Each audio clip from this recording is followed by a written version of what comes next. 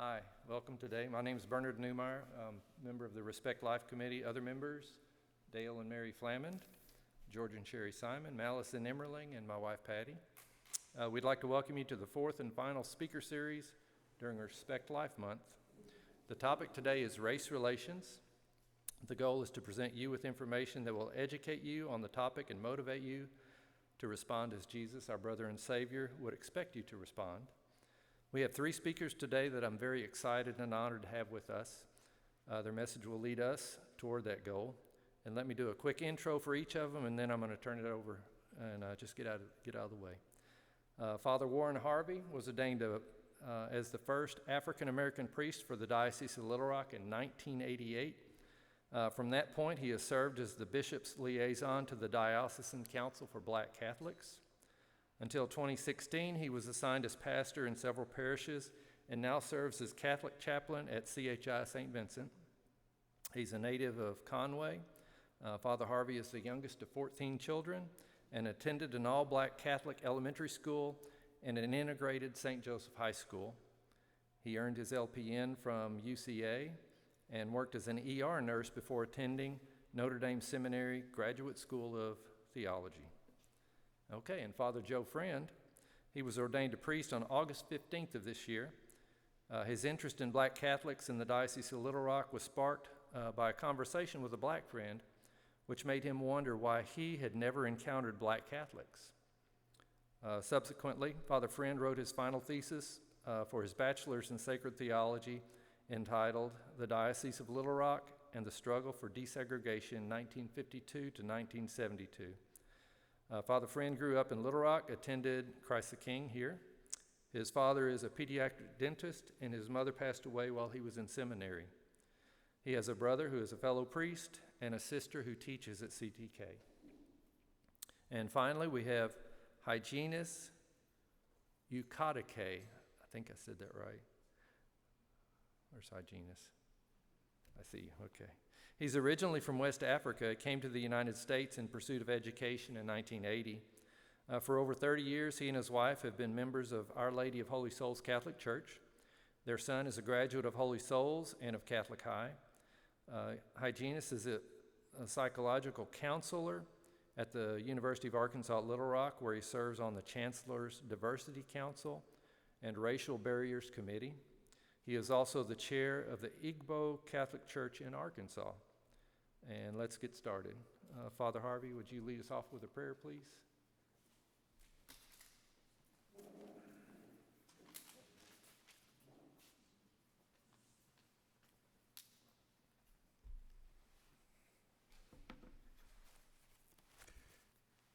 Thank you, Bernard. I'm happy to be with you this afternoon, and those of you joining us by way of our technology.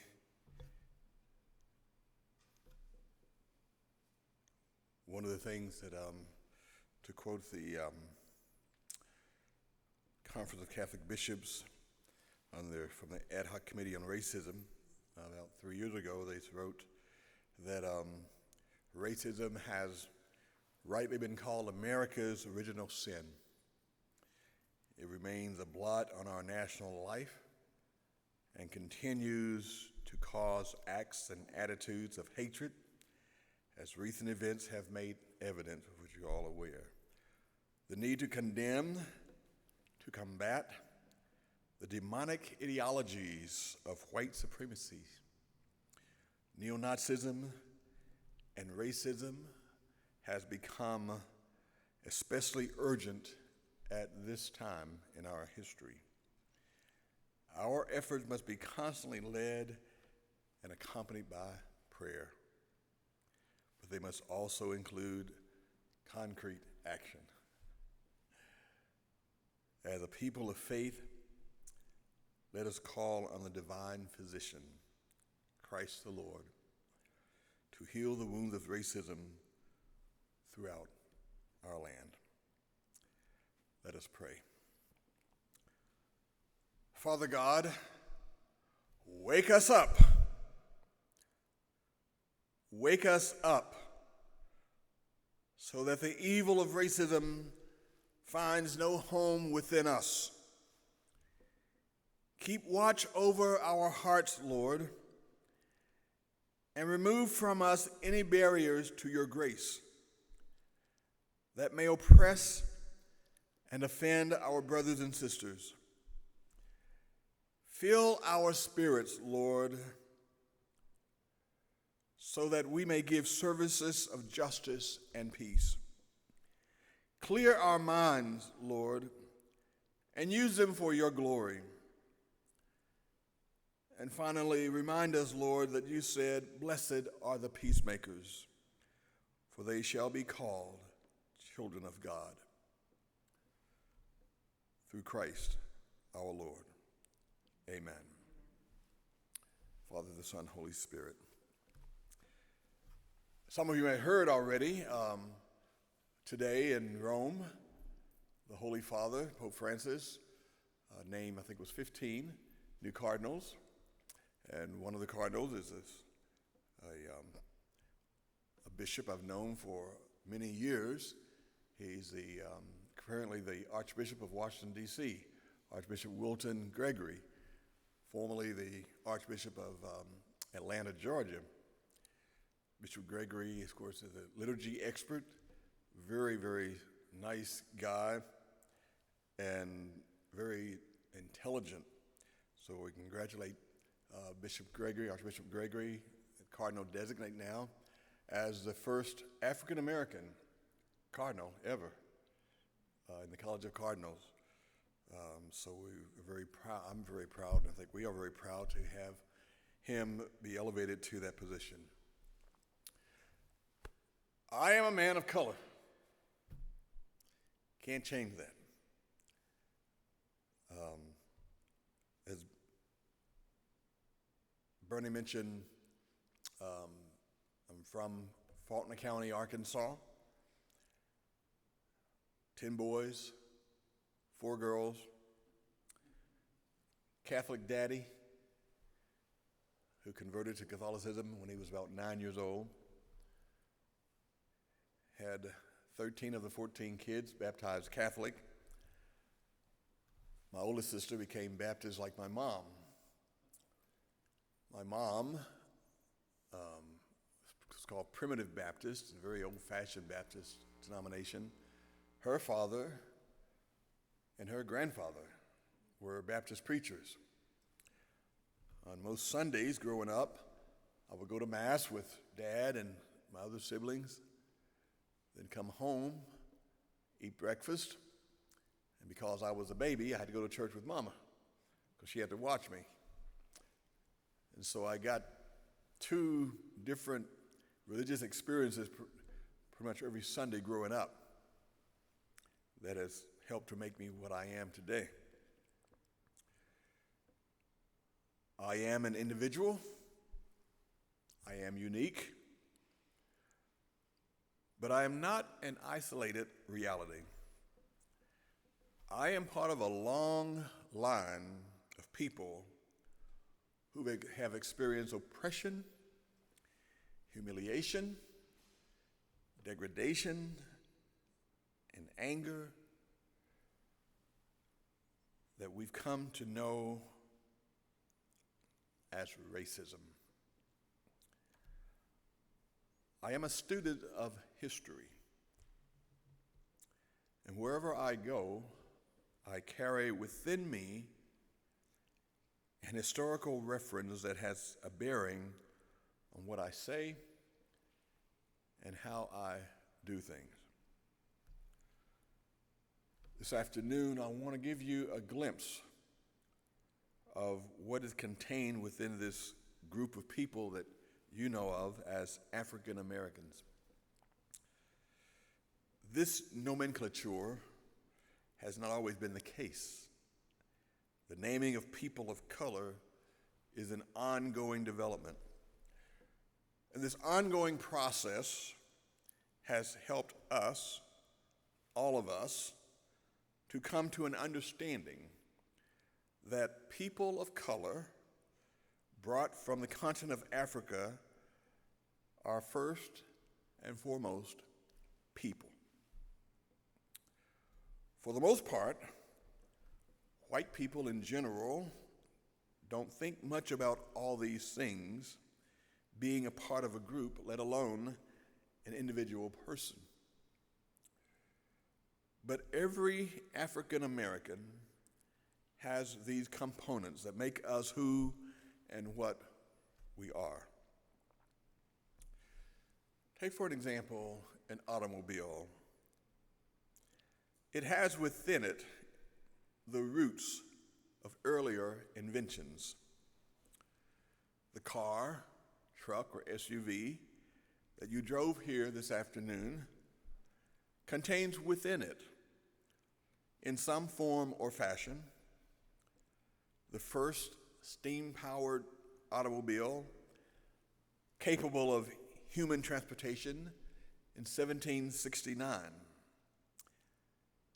Your vehicle contains within it the first car powered by an internal combustion engine that was fueled by hydrogen in 1803.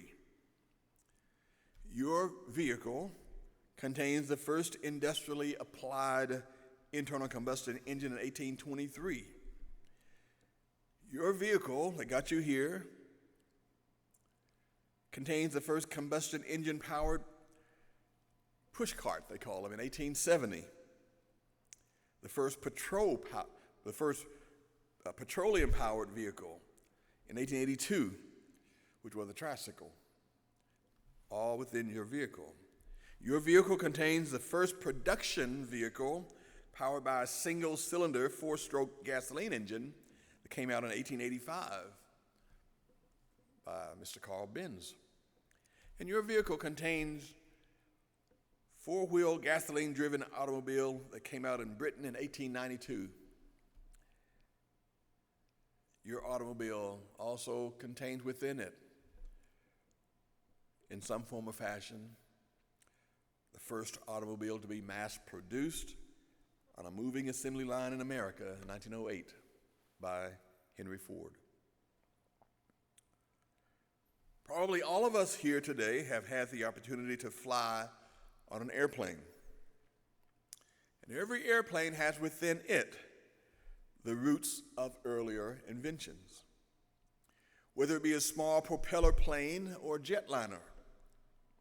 Every airplane contains within it, in some form or fashion, the 1799 to 1853 experiments proving the feasibility of a flying craft with fixed wings to generate lift. Every aircraft has within it the 1854 to 1879 designs testing various types of engines to propel their airplanes. Every airplane has within it the 1880 to 1898 experiments to determine if airplanes can be balanced in the air by pilots. And every airplane has within it the 1899 to 1903 experiments by the Wright brothers, who made the first control-led and sustained flights.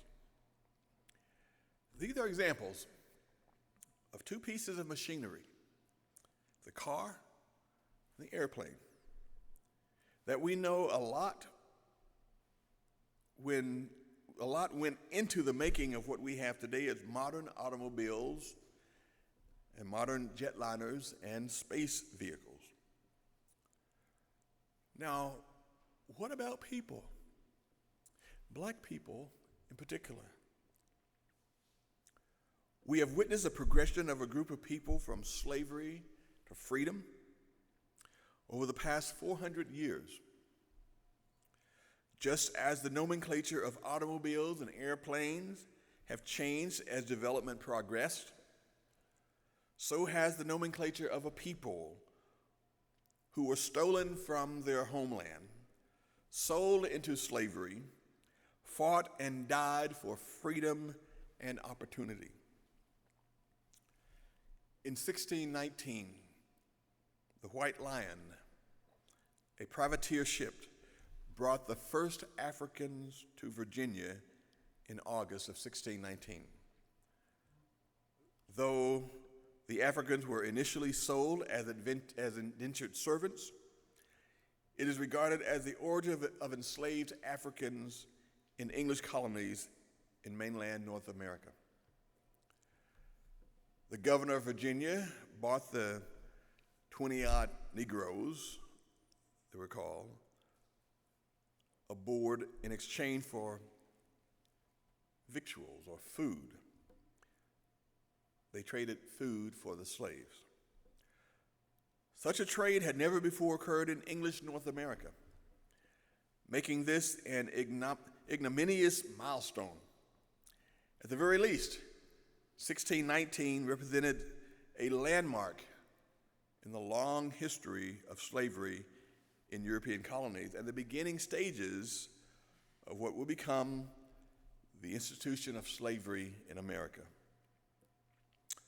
So the name for the people of color went from African to slaves. The slave trade involved the transportation by slave traders of enslaved African people, mainly to the Americas. The vast majority of those who were enslaved and transported in the transatlantic slave trade were people from Central and West Africa. This resulted in the largest forced migration in the world. Some 12.5 million men, women, and children of African descent were forced into the transatlantic slave trade. And you know what? Children made up 26% of the captives. Why is that? Because governments determined by the ton how many people could be fitted into a slave ship. Enslavers considered children especially advantageous.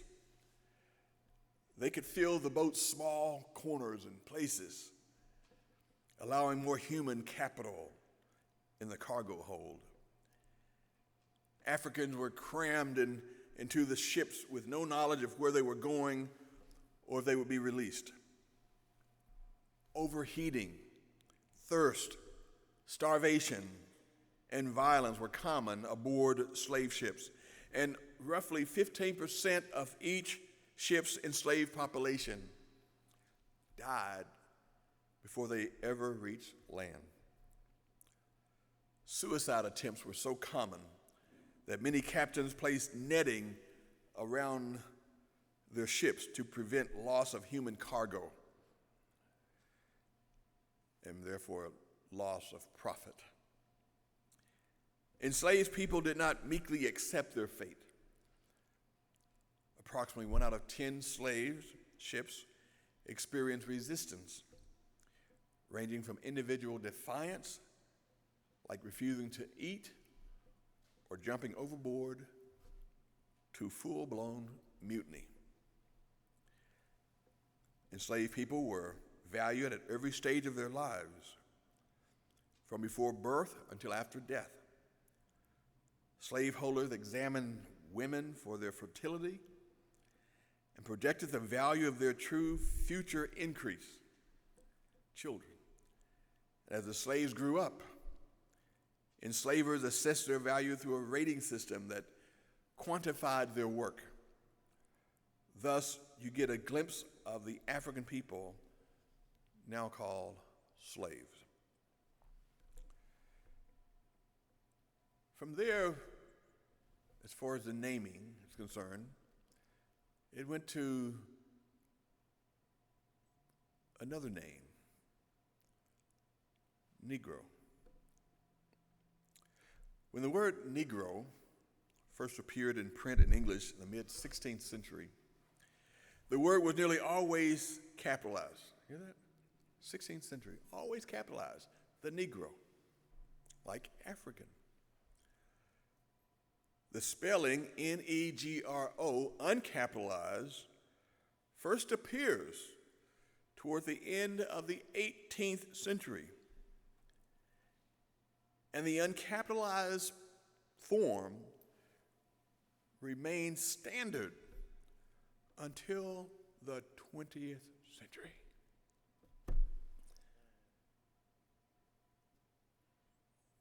degrading. It's not worth a capital N.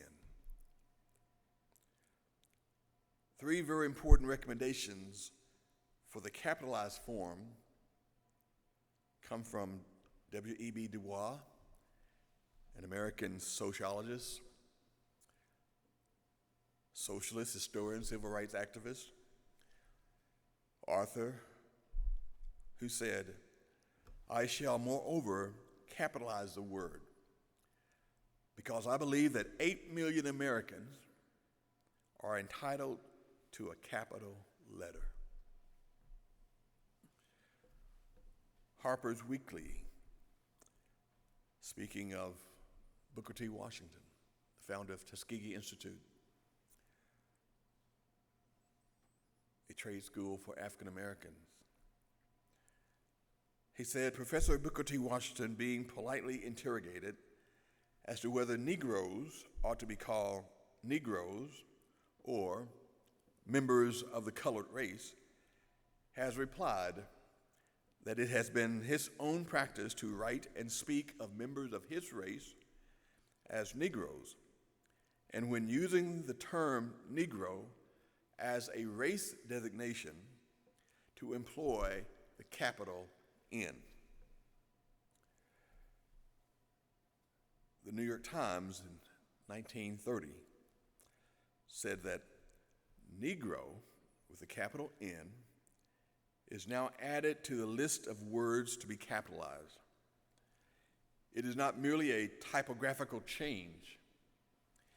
It is an act in recognition of racial self-respect.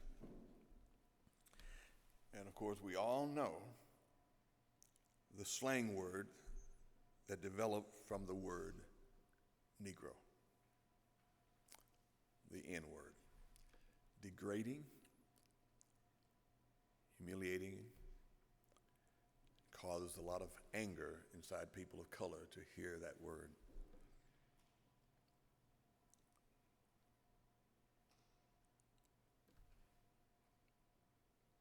Before the 2008 presidential election, former Senator Harry Reid raised many an eyebrows for referring to President Obama, who was candidate for president, as a light-skinned African American with no Negro dialect.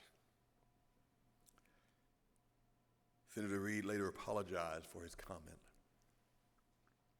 Oftentimes in the hospital, people ask me, well, where are you from? I'm from Fulton County, Arkansas. You sound like you're from Chicago. Really? You speak such good English. I said, well, I had some good Benedictine nuns that taught us English from St. Scholastica in Fort Smith. So when did the word Negro become socially unacceptable? It started its decline around 1966 and was totally uncouth by the mid-1980s. The turning point came when Stokely Carmichael, a civil rights activist, coined the phrase Black Power. He was at a rally in Mississippi in 1966. Until then, Negro was how most Black Americans described themselves. But in Carmichael's speeches and in his landmark book of 1967, Black Power, The Politics of Liberation in America, he persuasively argued that the term Negro implied Black inferiority. Among Black activists, Negroes soon became shorthand for a member of the establishment.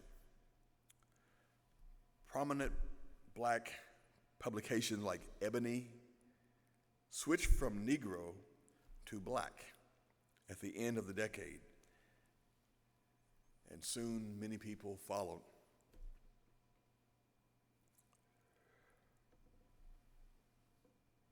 According to a 1968 Newsweek poll, more than 2/3 of black Americans still preferred Negro, but black had become the majority preference by 1974. Both the Associated Press and the New York Times abandoned the word Negro in the 1970s. And by the mid-1980s, even the most popular institutions, like the United States Supreme Court, had largely stopped using the word Negro. The new terminology, chosen by black leaders themselves, symbolized a rising tide of black intellectual, artistic, and political assertiveness. But there was a huge hurdle to jump. Why is that? Because most times, black and dark are used, when they're used, they're negative. I can remember a deacon in my mama's church. He was in his 80s, and I was talking about being the first black priest in Arkansas, and he says, "Why do you call yourself black?" I said, "Because I am." He said, "We're not black, we're colored." He had not transitioned to anything else. He was still colored, and to him, black is negative. For a lot of folk, black is negative. Consider black market, blacklist, a black eye, a blackout, in a black mood, black magic, black death, black sheep, black male, black ball, a black mark. The list goes on and on. So all of a sudden, we're black people. Uh-oh, look out. What comes from that? In the minds of most folk, all of a sudden, we've put into the category. I recently saw an experiment done by some psychologists where they had children to select from a group of dolls. They had an African-American doll, white doll, Asian doll, Chinese, and they asked the kids, black and white, pick out the bad doll. They picked out the black one. Pick out the good doll. They picked out the white one. Even the black kids. These negative ways of symbolizing blackness are in daily use in human circles of all kinds. These symbols are used literally without one seemingly thinking about skin color. But if you are of African ancestry, heritage, and identity, every time a person uses these symbols, he or she is consciously or unconsciously referring to the color black in a way that is inferior. We as black people needed to change this perception, not only for non-black people, but especially for ourselves. We as a people had to ask ourselves, God, why did you make me black? When that's so negative. And I think the following words by poet Runette Nia Ebo of Germantown, Pennsylvania, accurately state our dilemma. Lord, Lord, why did you make me black? Why did you make me someone the world wants to hold back? Black is the color of dirty clothes, the color of grimy hands and feet. Black is the color of darkness, the color of tire-beaten streets. Why did you give me thick lips, a broad nose, and kinky hair? Why did you make me someone who received the hatred stare? Black is the color of a bruised eye when somebody gets hurt. Black is the color of darkness. Black is the color of dirt. How come my bone structure is so thick? My hips and cheeks are high. How come my eyes are brown and not the color of the daylight sky?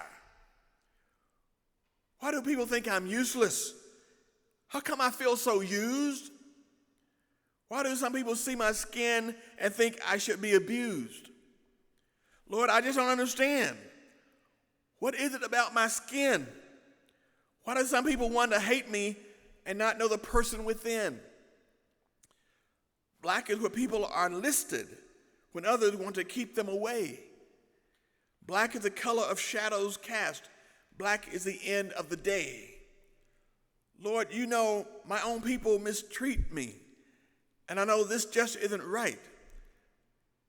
They don't like my hair or the way I look. They say I'm too dark or too light. Lord, don't you think it's time for you to make a change? Why don't you redo creation and make everyone the same? Then God answered, why did I make you black? Why did I make you black? Get off your knees and look around. Tell me, what do you see? I didn't make you in the image of darkness. I made you in the likeness of me. I made you the color of coal from which beautiful diamonds are formed. I made you the color of oil, the black gold that keeps people warm. I made you from the rich, dark earth that can grow the food you need. Your color is the same as the panther's, known for her beauty and speed. Your color is the same as the black stallion. A majestic animal is he. I didn't make you in the image of darkness. I made you in the likeness of me. All the colors of a heavenly rainbow can be found throughout every nation. And when all these colors were blended well, you became my greatest creation. Your hair is the texture of lamb's wool. Such a humble little creature is he. I am the shepherd who watches them. I am the one who will watch over thee. You are the color of the midnight sky. I put the stars glitter in your eyes. There's a smile hidden behind your pain. That's the reason your cheeks are high. You are the color of dark clouds formed when I send my strongest weather. I made your lips full so when you kiss the one you love, they will remember. Your stature is strong, your bone structure thick to withstand the burdens of time. The reflection you see in the mirror, the image looking back at you is mine. You know, the late R&B artist James Brown, he kind of solidified the notion of black is okay, black is beautiful, with the hit song, Say It Loud, I'm black and I'm proud. And he writes, some people say we got a lot of malice, some say it's a lot of nerve, but I say we won't quit moving until we get what we deserve. We've been buked and we've been scorned, we've been treated bad, talked about sure as you're born, but just as sure that it takes two eyes to make a pair, brother, you can't quit until we get our share. Say it loud, I'm black and I'm proud. I've worked on jobs with my feet and my hands, but all the work I did was for the other man. And now we demand the chance to do things for ourselves. We're tired of bedtime and we're tired of beating our head against the wall and working for someone else. Say it loud, I'm black and I'm proud. Now we demand a chance to do things for ourselves. We're tired of beating our heads against the wall and working for someone else. Look here, there's one thing more I got to say right here. Now, we're people. We're like the birds and the bees. We'd rather die on our feet than keep living on our knees. So say it loud, I'm black and I'm proud. If you open a box of crayons, and one of the sticks of crayon will have written on it black. For us, black designates a color, where African American indicates a culture. Reverend Jesse Jackson said, black is a color. And he said, we built the country through the African slave trade. African American acknowledges that. Any term that emphasizes the color and not the heritage separates us from our heritage. Reverend Jackson's campaign brought American into popular use. He brought African American phrase into popular use back in the 80s, and is now often used interchangeably with black African American, but that is black with a capital B. In the socio-political mood of today, many white people have difficulty with the phrase, Black Lives Matter. If this is something that you're groping with today, I hope it gives you heartburn. I hope it makes you toss and turn in your sleep at night. We must all work through various means to bring justice, healing, and freedom to black people across the globe. These three words, Black Lives Matter, are a cry to dismantle white supremacy, end racially targeted violence, and fix the broken system which black people struggle more simply because of the color of their skin. The COVID-19 pandemic is helping us to realize the dream of the late Dr. Martin Luther King Jr., that we may one day be judged by the content of our character and not by the color of our skin. Finally, there was as you know, I'm the bishop's liaison to the Council for Black Catholics for the diocese. Bishop McDonald appointed me to this 32 years ago. And Bishop McDonald, I love him to death. And he referred to African American people. He called us Afro-Americans. And he said at one of our masses we were having that was mostly African American, he said, I know our church does not believe in reincarnation, but if we did, I would like to come back as an Afro-American. One of our members told him afterwards, said, Bishop, we are African American. And he was like, did I say that? He said, no, you said Afro-American. He said, we are from Africa, not Afroca. That's so important. African American. Black with a capital B. Americans. We are people. We are your sisters and brothers. Thank you.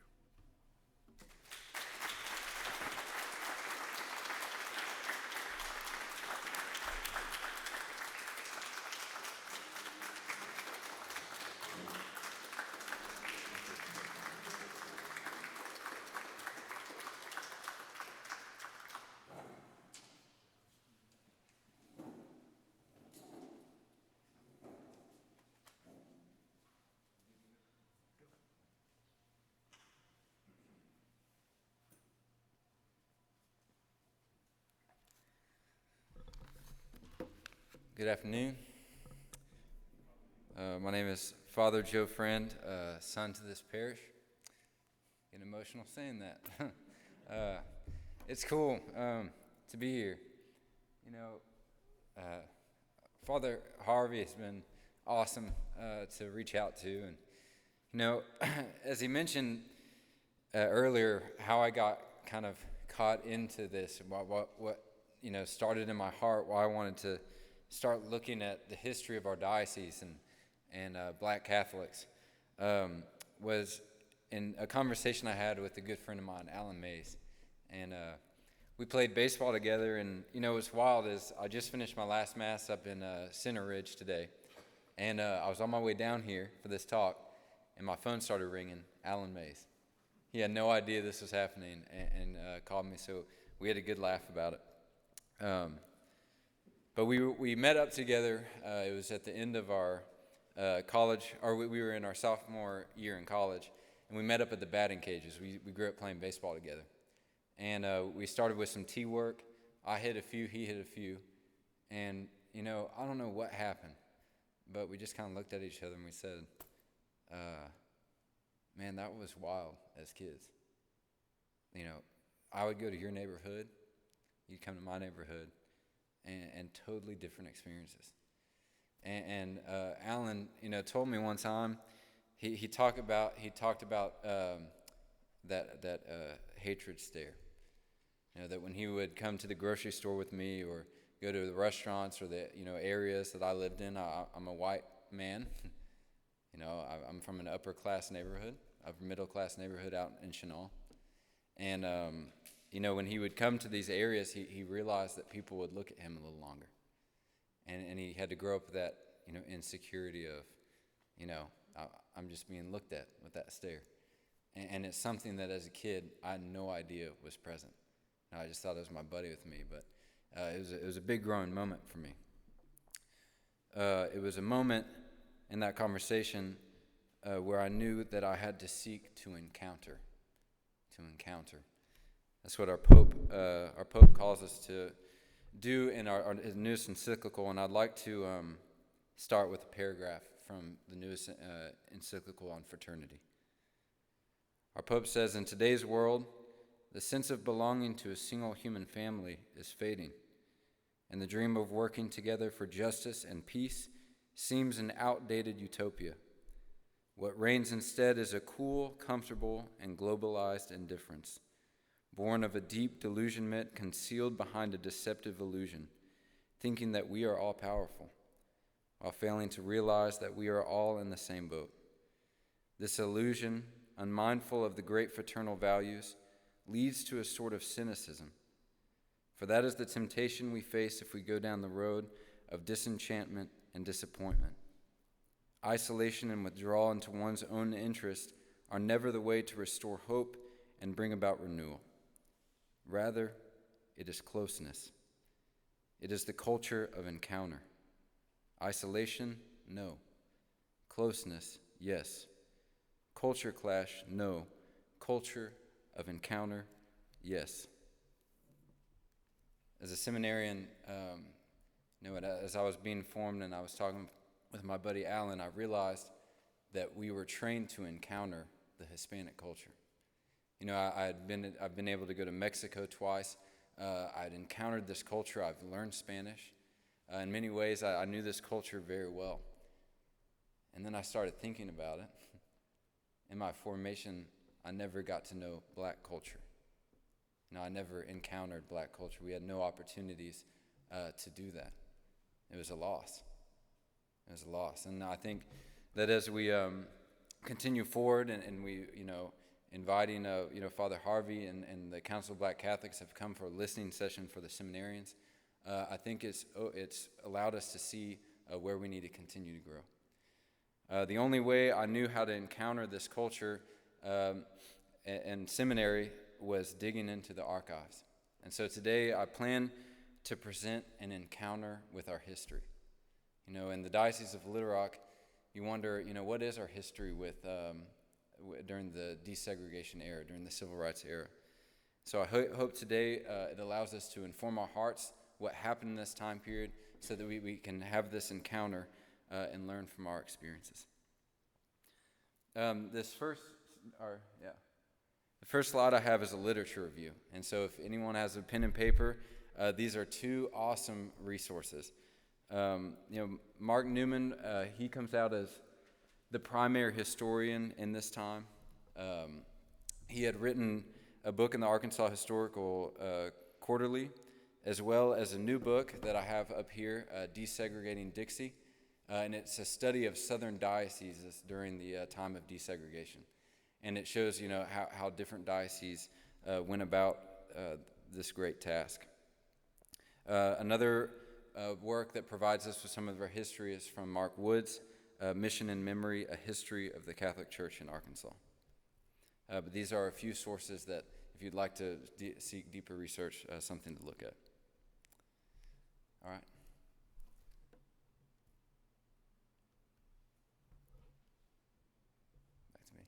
all right. Y'all can look at me. It's a pretty nice image.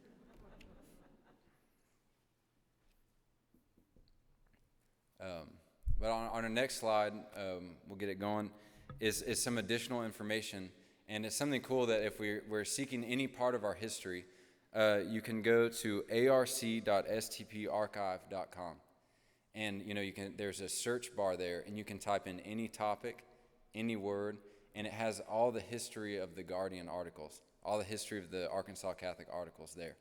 And so, I typed in integration, I typed in segregation, I typed in all of these different terms, and a lot of these articles came up. So it was a huge part of my original research. But I think for all of us, for any type of topic, to encounter our history, I think it's a great resource.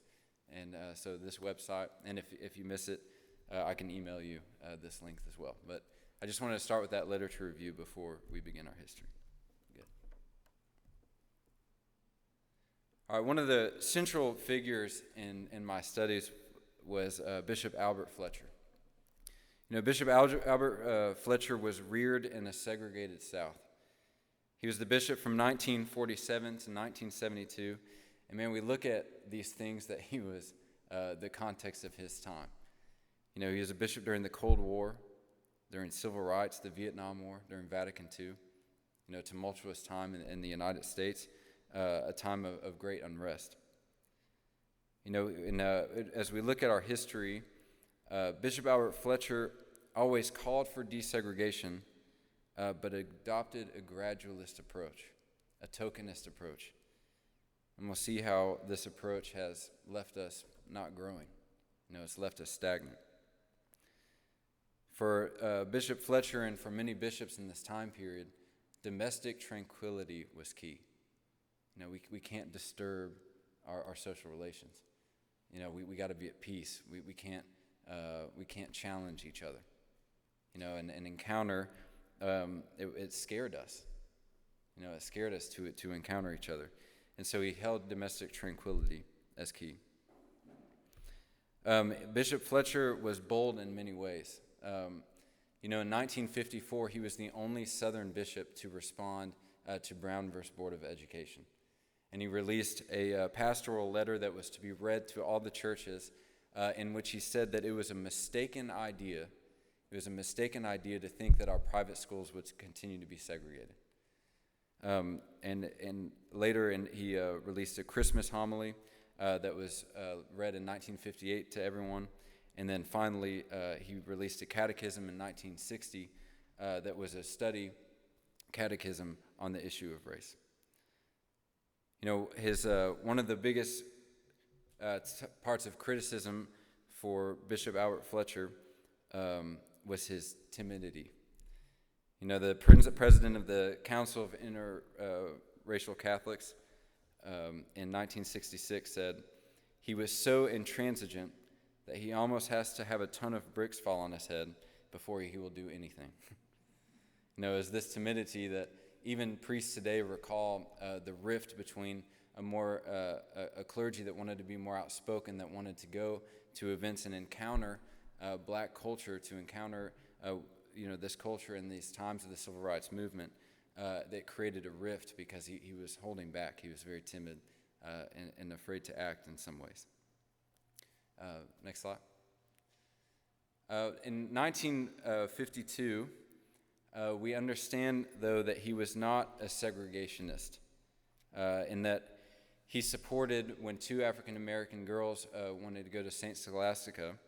They were accepted, Helen Weavers and Shirley Williams.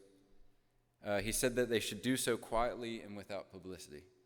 In many ways, he was trying to protect these girls, but he didn't discourage them from attending the school. Sister Consuela Bauer was described as an elf-sized 92-year-old. She was a big voice in this time period. But she was talking about prom, and she wanted two of her girls to participate in the prom, and they've never been able to participate in the prom. It was segregated. The dance was segregated. And she said that, "I thought it must be very hard for the black students to be good enough to be part of the work, but not civilized enough to be part of the entertainment." Her girls were there setting up the tables, And she was like, if they can be a part of setting that setup, they should be able to dance.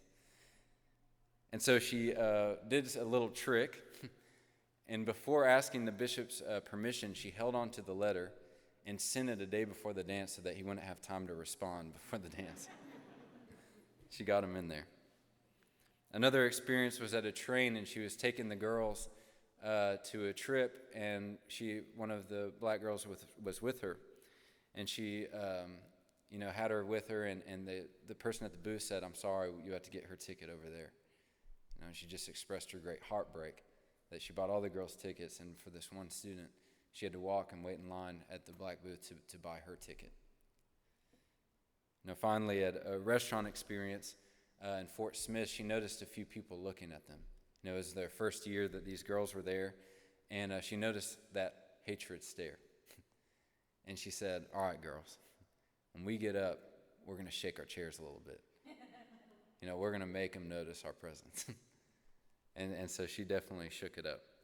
But this was a bright spot in 1952, and it does show Bishop Fletcher that he wasn't against the idea of integration, that he did have these students come to the school. Another response is a rare response in the South, as I mentioned earlier, that in August the 3rd, 1954, our bishop released a pastoral letter responding to Brown v. Board of Education. He has a very powerful line here when he says, "Who are we to draw the line on who is welcome? The Catholic Church is the one place on earth where all men are created equal." Since then, some of the historians have looked at this letter, and there is a criticism that, is it promoting a de facto segregation? Because he said he wouldn't deny any black Catholic student a right to attend a Catholic school. And in saying this, he said, especially in areas where there's not a black Catholic school, especially for them. And so it was interesting because when we look at this time period, the Diocese of Little Rock educated about 1,000 black students, through whether they were Catholic or non-Catholic. And only 167 of those were Catholic.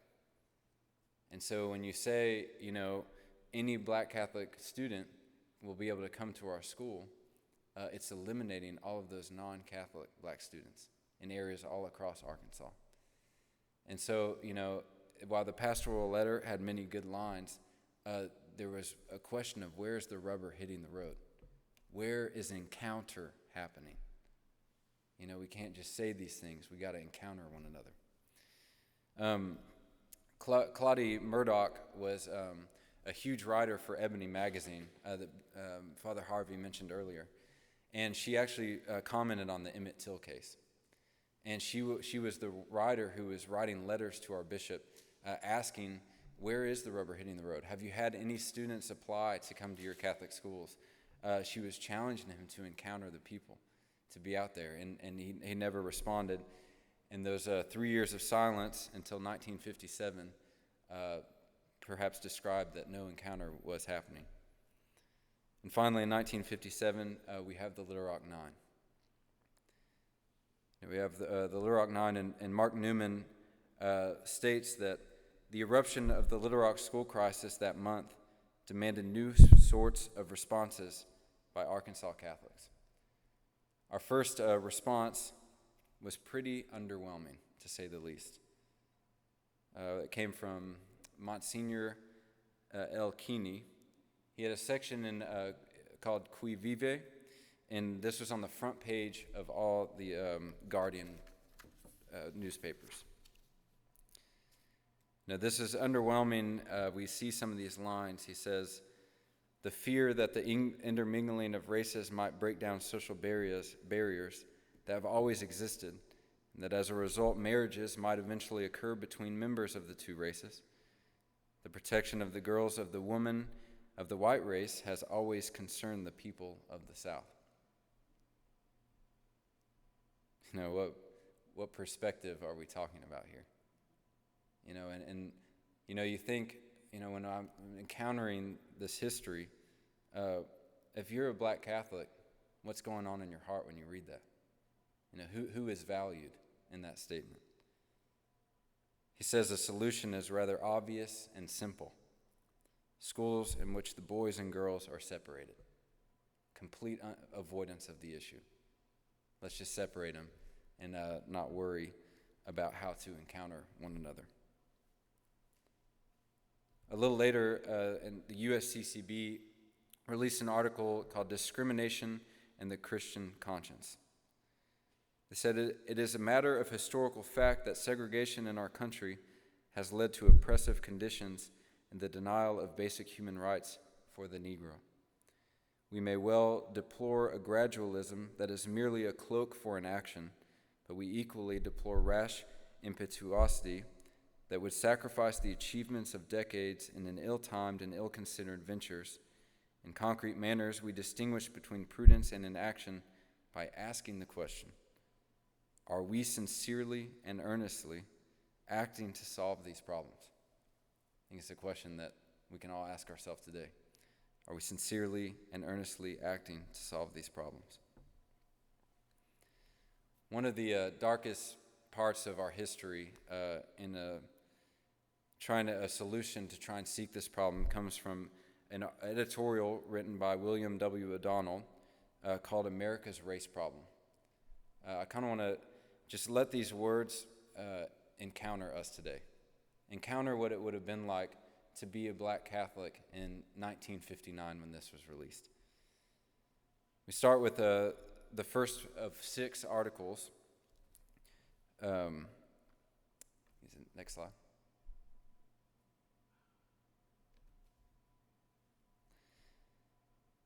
In the first of 6 articles, we hear him talk about a failure to define terms. He says there is a promiscuous use of the term unjust discrimination as being synonymous with segregation. He later says that there is a glaring omission of discussion of civil responsibilities while civil rights was discussed at length.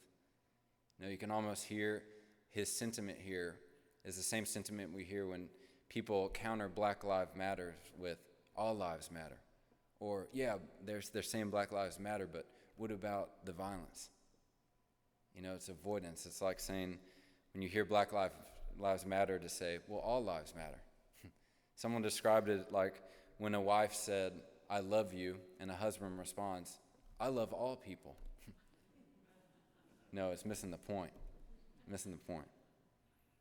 And you're living in 1959, 1957 just occurred. Of course these terms are going to mean what they mean in this time period. But he was afraid to let it encounter him. He says, separate but equal in 1896 served as a legal benediction for all opposition to intermingling the races. And the segregationist philosophy found its birth in laws that were equally and as forceful as the new legal concept. From there, we see that this is his explanation for decided ambivalence of segregation. In the next editorial, he has that pessimism that Pope Francis warned us against, that cynicism that we can't change. He says that Catholics are unlikely candidates to change the ingrained beliefs of segregationists. We only make up 1.9% of the population. What can we do? He just kind of a decided cynicism. The darkest part of these editorials is probably what immediately follows.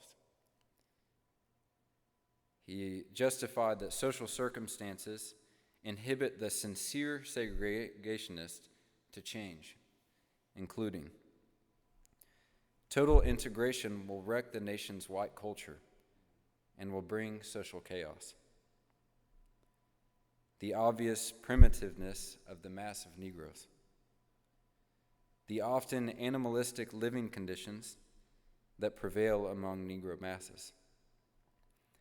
The presence of physical filth among the mass of Negroes.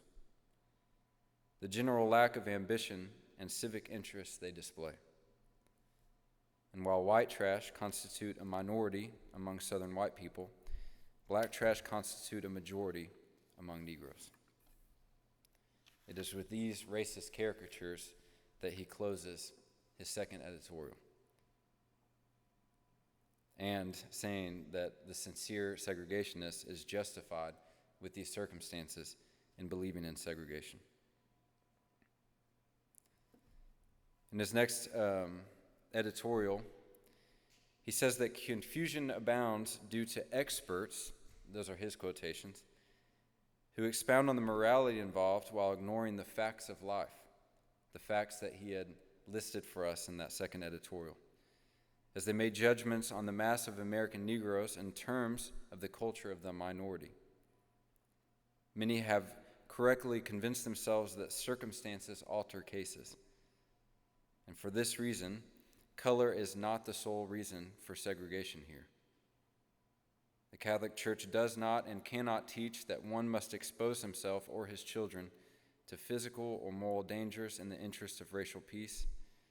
Segregation for these reasons is just discrimination.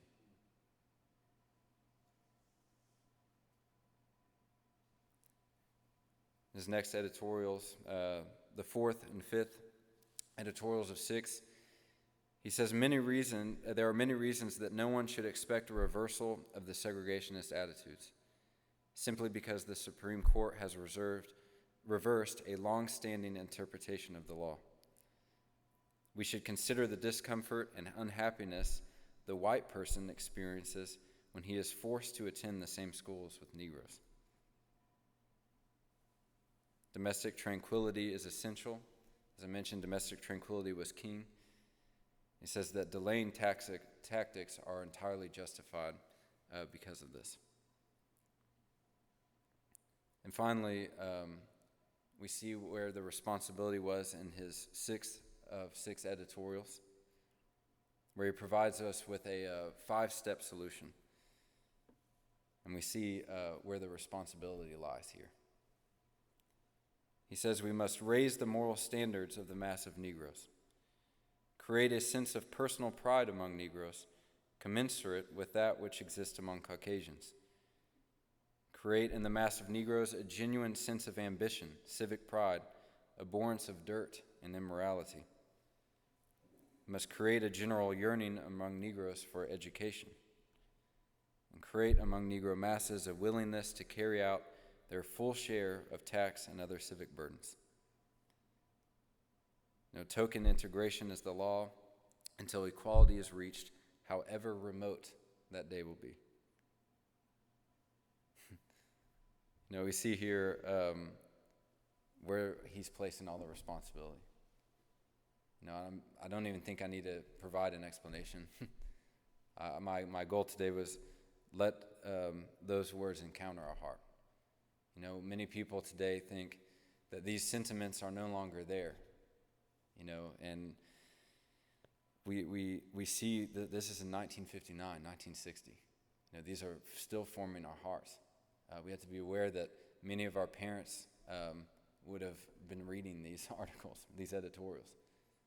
It's there. I'd like to close with some words from an anonymous Catholic who responded to these editorials. He said that poverty and abuse of privileges would negatively affect any race of people. And he says this powerful and jarring image. The morals of the Negro may be low, but remember, he first saw the privacy of his bedroom invaded by his white master during slavery. Here, seemingly, was the beginning of integration. He implored whites to give the Negro the first-class citizenship that is rightfully his, so that members of both races stand not first, not last, but together. I'd like to do one more slide. This next one. See some of these figures who have been very strong in Father Joe Biltz, Father John O'Donnell, John Gillum Sr., Father Harvey, who's here today. These are faces, and I would love to be able to talk to Father Biltz and Father O'Donnell. I've had the opportunity to talk to John Gillum and encounter Father Harvey, and I think that's where we are today, to continue to find these voices, because what's on the history pages here isn't much, and what's there isn't often very good. But I would like to just close with the conclusion from my thesis. What is domestic tranquility worth if it allows sinful attitudes and practices to remain unchallenged? One may point the finger at Bishop Fletcher, but the problem dwelled in the heart of every member of the church in Arkansas and remains there today. There is a temptation to doubt the existence of social norms of resistance today, to say that the South, or the country for that matter, is healed of the issue of racial hatred. If this mindset is embraced, the church will continue to gradually lose its relationship with its marginalized members. What is needed now is a church united in her effort to bring healing to a deep wound in Little Rock, being led by the Holy Spirit and not by fear, with an aim toward God's divine will, not comfortable tranquility. Christ never allowed his preaching to be stifled by entrenched social norms. He fearlessly proclaimed the truth. Now is the time for black and white Catholics to encounter one another and desegregate the church through a conversion of heart. The Arkansas Catholic has begun some incredible work by inviting black Catholic families to speak about this difficult time period and learn what was happening on the ground level beyond the printed words of archives. Perhaps the diocese could grow from hearing this history and work towards reforming a relationship that gradually fell apart, but a relationship that does not lack hope. Thank you.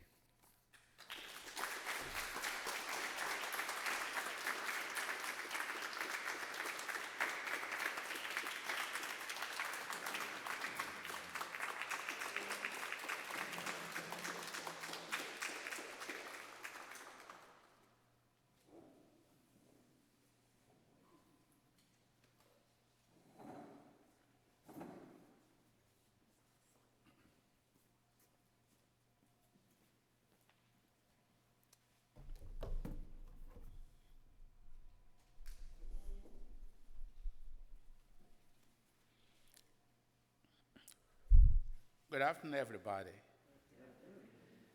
Well, it is a pleasure to be among you today. My name is Haijino Sokadike, as I was introduced. I want to thank the Committee on Respect for Life for giving me this opportunity to stand in front of you today. This is the month of Respect for Life. And then I am asked to talk on race relationships. If this had been in those times when we were allowed to take off our masks and then participate in a program, we would have made this an interaction, asking questions and letting people speak. So, but with respect for life, and then human relation that is a part of it.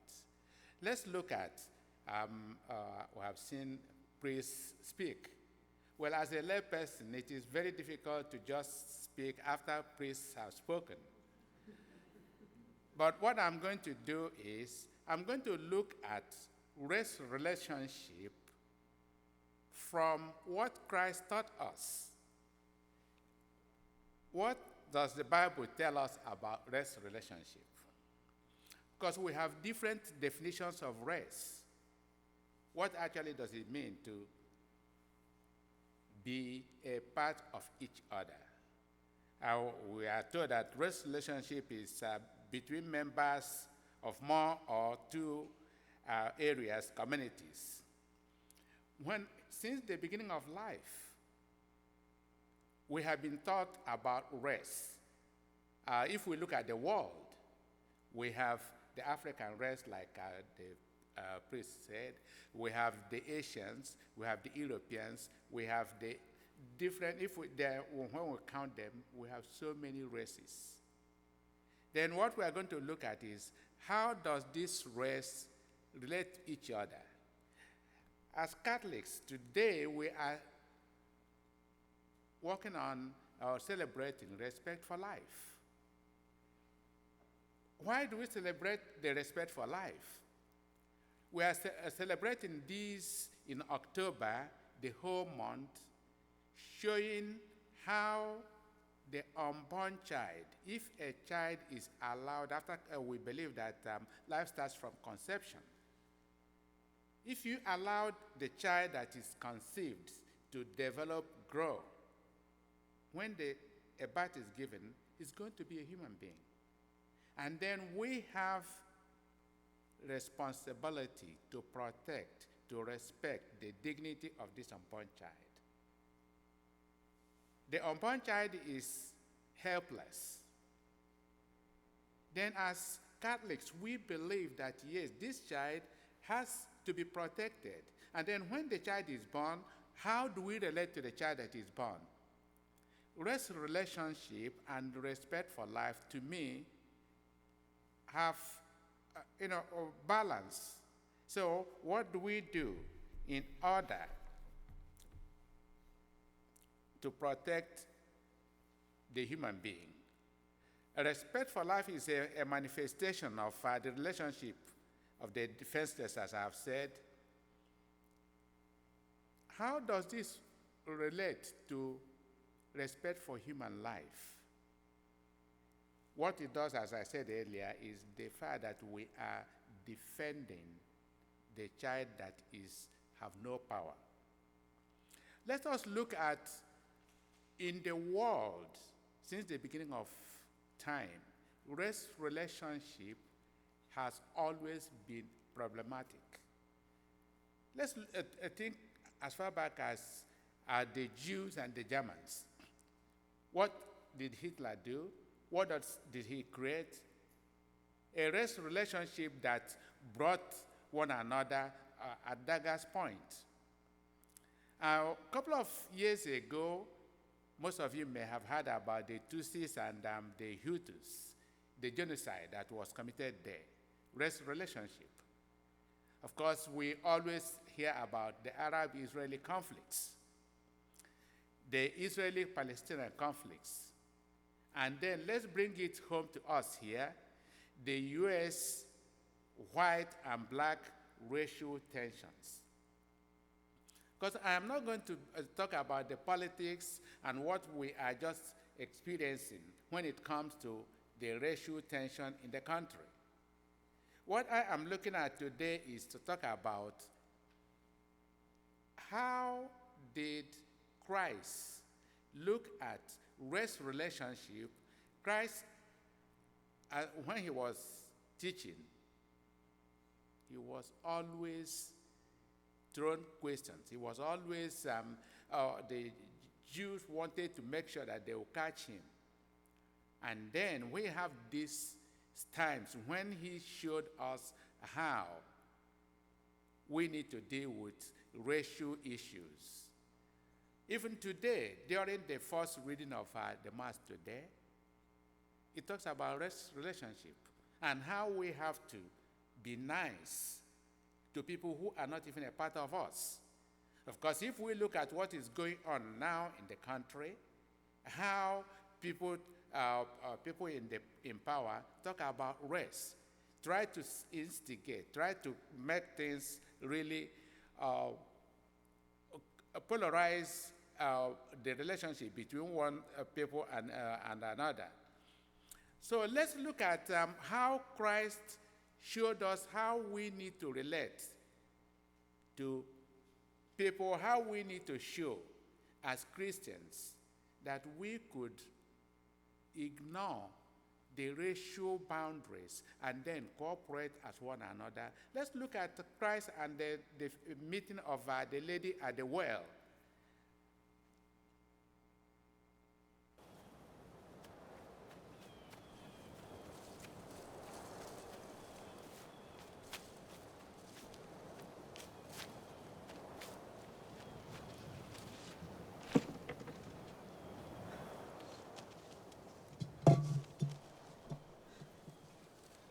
Okay, let's listen to this. It's just a couple of Give me minutes. to drink.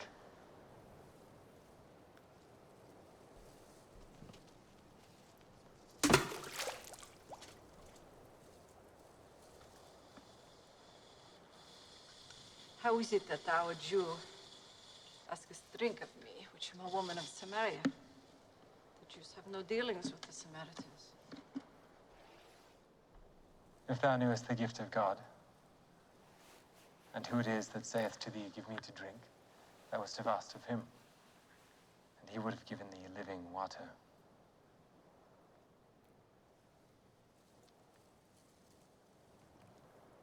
Sir, thou hast nothing to draw with. The well is deep. From whence then hast thou this living water? Art thou greater than our father Jacob, who gave us this well, and drank thereof himself, and his children, and his cattle? Whosoever drinketh of this water shall thirst again. But whosoever drinketh of the water that I shall give him shall never thirst. The water that I shall give him shall be in him a well of water springing up into everlasting life.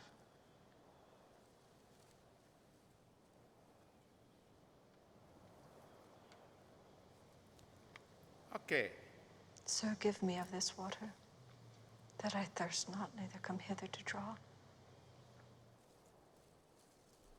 Now look at what has happened Go, here. call thy husband, and come hither. I have no husband. Thou hast well said, I have no husband. For thou hast had 5 husbands. Okay, I have Sir, I perceive that the story I just want you to take from this is, he said, you are a Jew. You are asking me to give you water to drink. Do you not see the relationship that we have? Christ answered and said, if you know whom you are dealing with. So where does race relationship come into this? Then what we have learned from this little video is, right from time, there is that problem where if I see you and you are not like me, then I have to turn my eye the other way. If I see you and then you are black, you are white, you are Latino, you are Asian, therefore I don't have anything to do with you unless you are a part of me. But Christ said, no. If you know what I can give you. So as Christians, the only area I am looking at in race relationship is what did Christ teach us? And what does the church tell us to do? When we have a situation, what do I do? Discussing race can be really challenging, especially when we are talking about the other person. Let us again look at another biblical example of how we should relate to somebody of another race.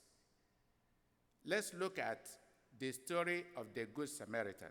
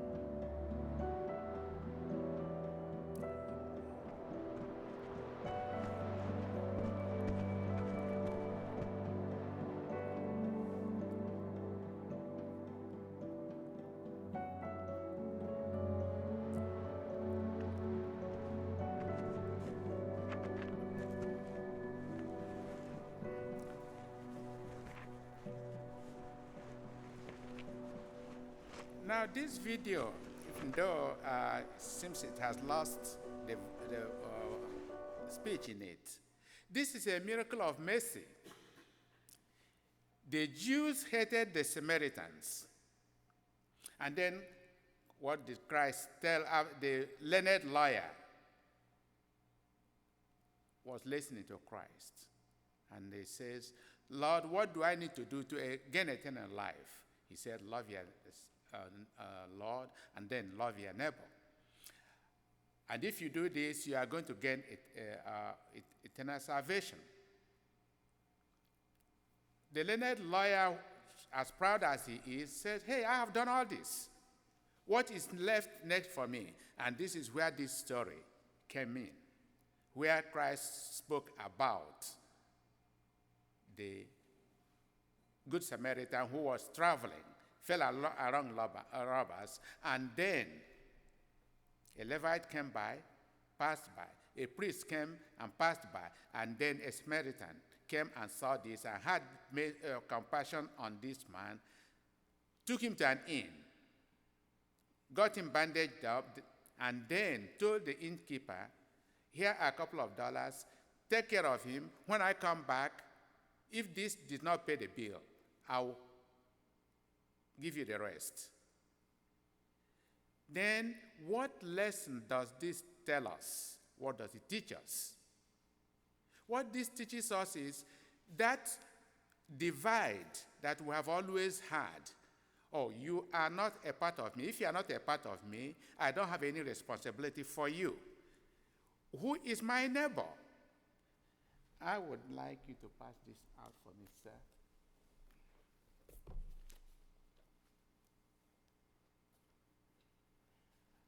This is not a quiz, but it's just for you to look at and see who actually is my neighbor. What can I do in situations where I need to show how I could relate to one another?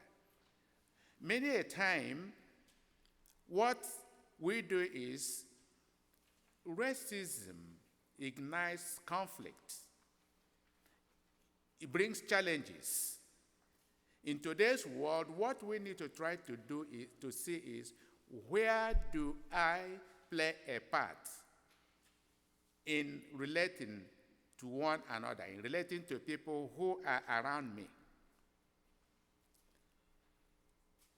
Being a participant, many a time when we look at racism, we say, oh, it is other person's responsibility to heal racism. But we know that the world has always been full of turmoil because of race. What do I do? When I'm thinking of what is happening in Jerusalem, what is happening in the Arab countries, what is happening in Africa, what about what is happening where I am?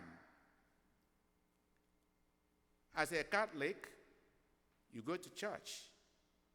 There are people from other races who are in your church. Have you ever turned around and said, who are you?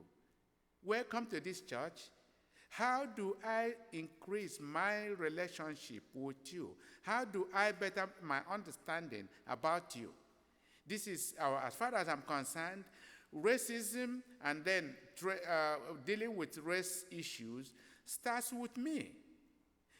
The little world where I live, my neighbor who is an African American, my neighbor who is a Japanese, my neighbor who is Korean, how do I relate to that person? How do I show that person that you matter to me?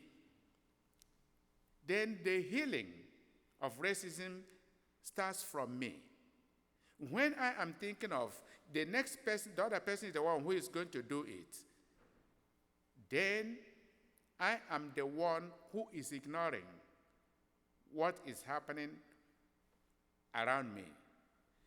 Let's look at the ecumenical Hillcrest activities that the bishop has put in place here. Does anybody think of why do we have that activity, where we go and have services together? What this is trying to me, what it's showing me is improving race relationship and religious relationship.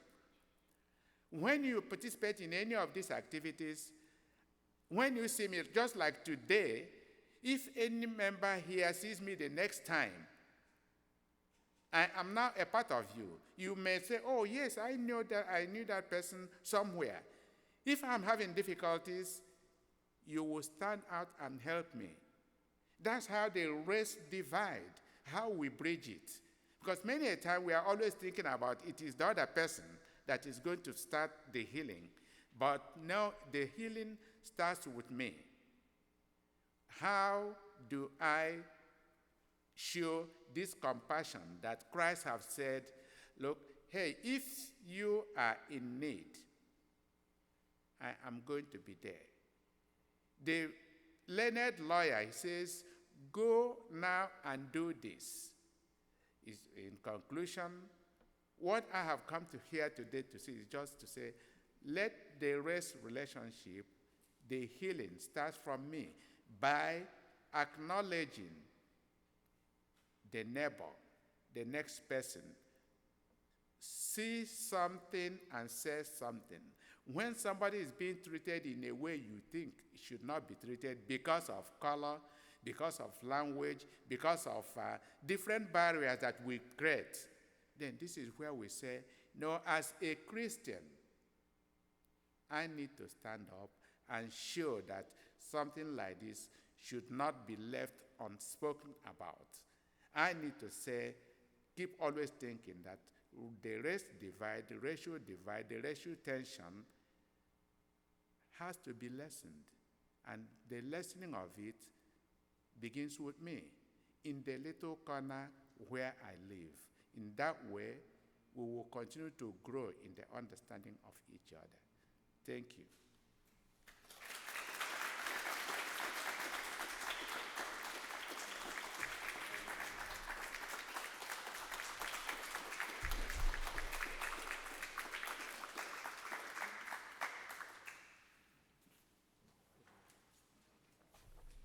I know we're running a little bit long, but does anybody have any questions before we get all this expertise walking out of the room?